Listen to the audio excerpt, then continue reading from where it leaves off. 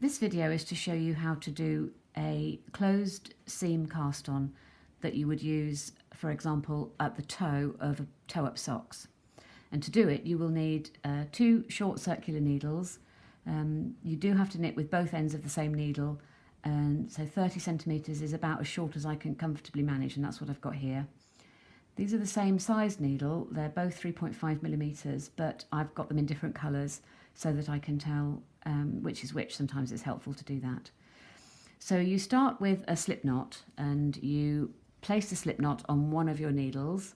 I'm going to place it on the yellow needle, and then you stack your needles so that you have one on top of the other, and the slip knot is on the bottom needle. And then with your working yarn, you take the yarn behind the needles, and then you bring it forward. It goes through the needles, over the top one, and then towards you again, back over the bottom needle. So I've now got 2 stitches, they're really just wraps, one on the top and one on the bottom, and my slip knot. So let's do that again. The yarn is at the back, it comes forward, and it goes over the top needle, and you go through between the needles. The yarn comes towards you and round the bottom needle and through, and it wraps it. So it's basically a figure of 8 movement. Every time you do this, you're adding a stitch to the top and a stitch to the bottom. And when I'm here, this is neutral. This means that I've completed a cast on. So at the moment I've got 2, 4, 5 stitches on there, and on the bottom needle I've got 2, 4, 5 plus my slip knot, which doesn't count. So I'm going to put a few more on, and then we'll stop and count them again. So now I've got 2 wrapped needles, 2, 4, 6, 8 stitches on there, and 2, 4, 6, 8 stitches on the bottom, and the working yarn is going to the back, having gone around the bottom needle. Now I'm going to knit. So to do that, you pull the bottom needle away from the left to the right, so that the stitches are just hanging there, and then you take the other end of the top needle, because this is what you're now going to work with. The working yarn is at the back. It feels really loose and baggy because it is, and you just knit this top needle as best you can. Patterns, certainly my patterns, will usually refer to top needle and bottom needle, or needle 1 and needle 2, if you need to know which is which. So you can see how loose this is, but it's fine. It just sorts itself out as you get into the sock, and it shouldn't be as baggy as this once you get going. So I've now completed the 8 stitches on that top needle. This is what it looks like. That's my slip knot. So what I'm going to do now is I need to work these stitches, and so I'm going to rotate the whole thing clockwise so that this needle will be underneath, and I can work that half of it. That's half around.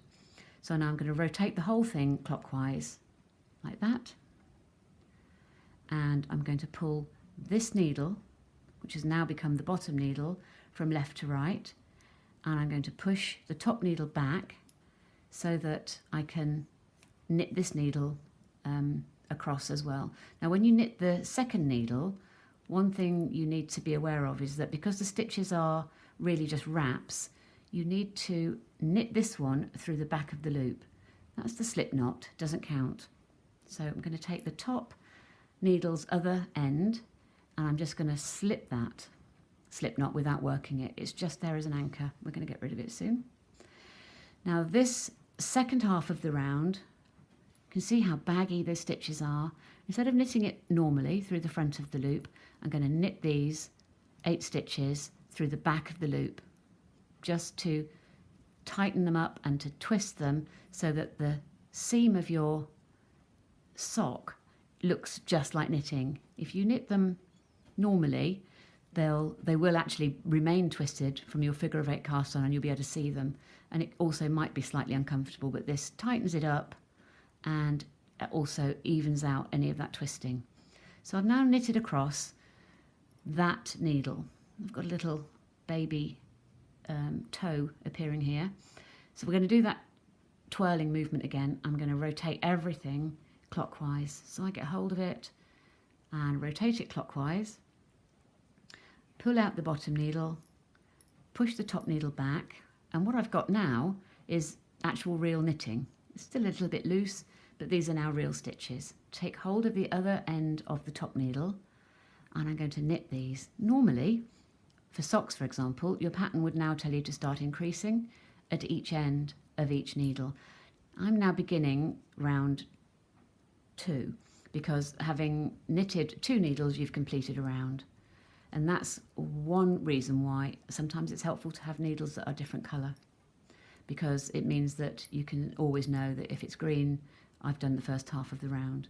So we're going to do this rotation again. I'm going to rotate it clockwise, pull that bottom needle out, push the top needle back, and this time when I push this top needle, when I get to knit these, what I'm going to do is actually pull out the slip knot and get rid of it. So it's done its job, we don't need it anymore. I'm going to now knit with the other end of the top needle across this line of 8 stitches. And that really is how you do a closed needle toe up cast on.